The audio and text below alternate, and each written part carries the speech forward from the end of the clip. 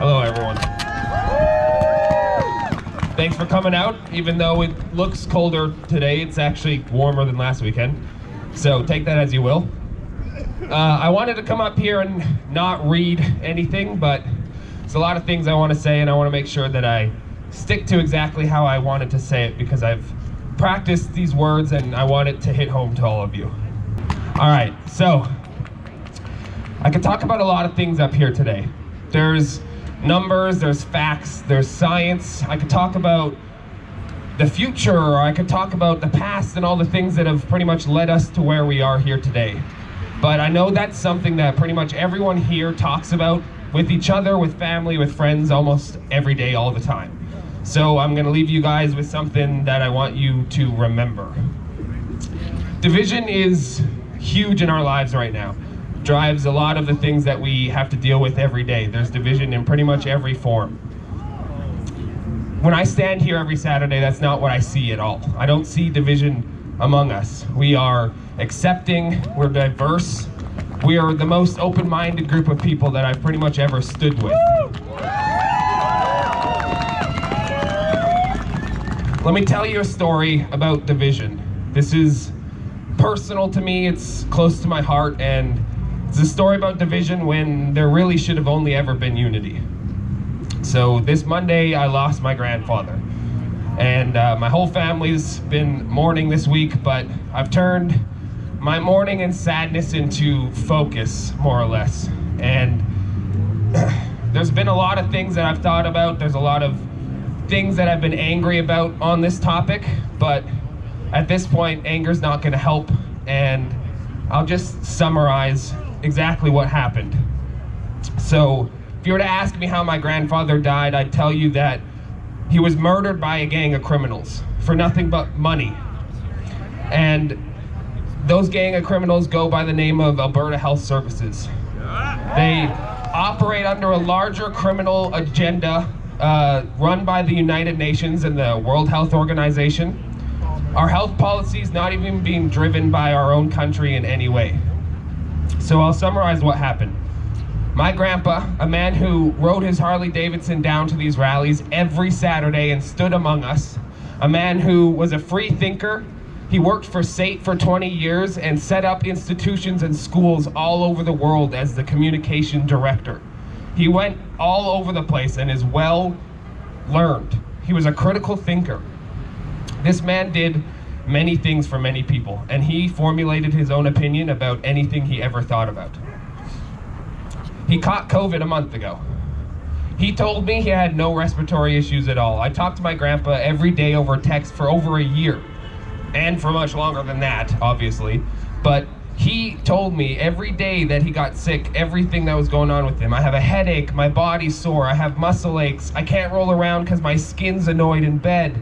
But he told me, I'm so surprised I have no respiratory issues, no cough, no nothing. So days go by, he's sending me YouTube links, he's texting me, he's commenting on the videos I record from our rallies. And then one day, to my surprise, I get a text message and I find out that 8 hours prior, my step-grandmother, 3 times vaccinated, dropped him off at the emergency room at Foothills. And that was it. From that point forward, I knew I wasn't gonna see my grandpa again. Within 48 hours, he was intubated and comatose, even though his last blood oxygen level was 93%, which, if you know anything, intubation is only meant to increase your blood oxygen level. 93% is the average senior citizen that walks around or lives their daily life. There's no need for intubation. So we find out this is where the division starts to take hold. Nobody that's not vaccinated can visit the ICU. So can't go in there, can't see my grandpa. And that just divides our family. Now my grandmother, again, 3 times vaccinated, she's my step-grandma, his second wife, is convinced that the part of my family that's not vaccinated has convinced my grandpa that vaccines are bad and he's crazy and anti-vaccine because of us, even though this man was at rallies before I ever even came down to them. So, again, divided the family entirely. She's the only one who was able to tell the doctors what they can do with him. She's his significant other. And she tells the hospital that my family and the people who are not vaccinated are not even allowed to call the hospital and ask for updates.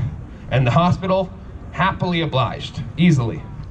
And so my mother, his firstborn child, can't even call the hospital and ask anything.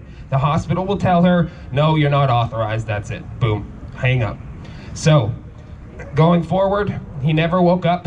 They had agreed to start waking him up the day after intubation. So, 2-week-long protocol of intubation is what you're supposed to go through.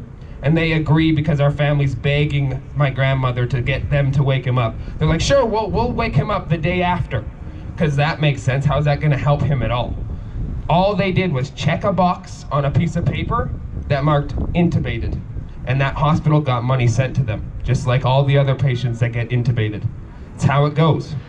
The only thing we found out, the last thing we find out before we can't get information, is he's on remdesivir from the moment he was in the hospital. Just as much of you here just groaned inside, if you don't know what it is, it's an experimental emergency use drug only authorized for use in this pandemic that has been just giving terrible side effects to anybody who uses it, mainly kidney failure. So within 2 weeks of coma and intubation, his kidneys are failing. Full dialysis. Perfectly healthy man prior to this. 2 weeks later, he has a stroke, and that's it.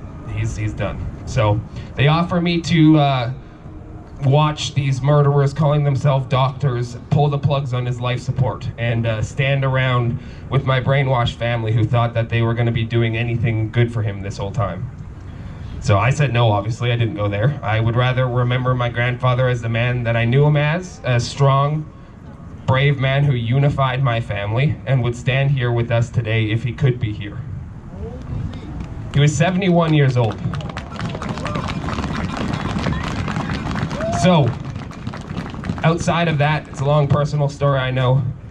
What I want to say today is that our goal when we gather at these things today, we need to set aside everything besides the one reason why we're here. Freedom. And I'm saying that just for when we gather. These things don't have to be set aside in your daily life. It's for when we gather here. We gather for unity and for freedom. We can put aside our medical opinions and the science, as they call it, for now. Those Karens that are gonna fight you on the street behind a mask and middle finger and swear at you, we need to just let it be. Accept them in. That's how we're gonna be different today. That's how we as a people are gonna be different, because we accept any and all. We do not divide. We do not segregate. We do not judge people by the mainstream divisors that they've pushed on all of humanity. It's gonna take suffering for people to change on a personal level. Humans love to not fix things until they're broken. And that mentality translates into needing to suffer for change. Pain is the most powerful inspiration for change, and it can be a big, big part of this. It's what people are going to have to need to wake up, because we can tell story after story to people and they'll choose to live behind the veil that has been placed over humanity willingly. And we all have chosen to never live behind that veil again. We will burn that veil from in front of their eyes with the fire for freedom and make them see.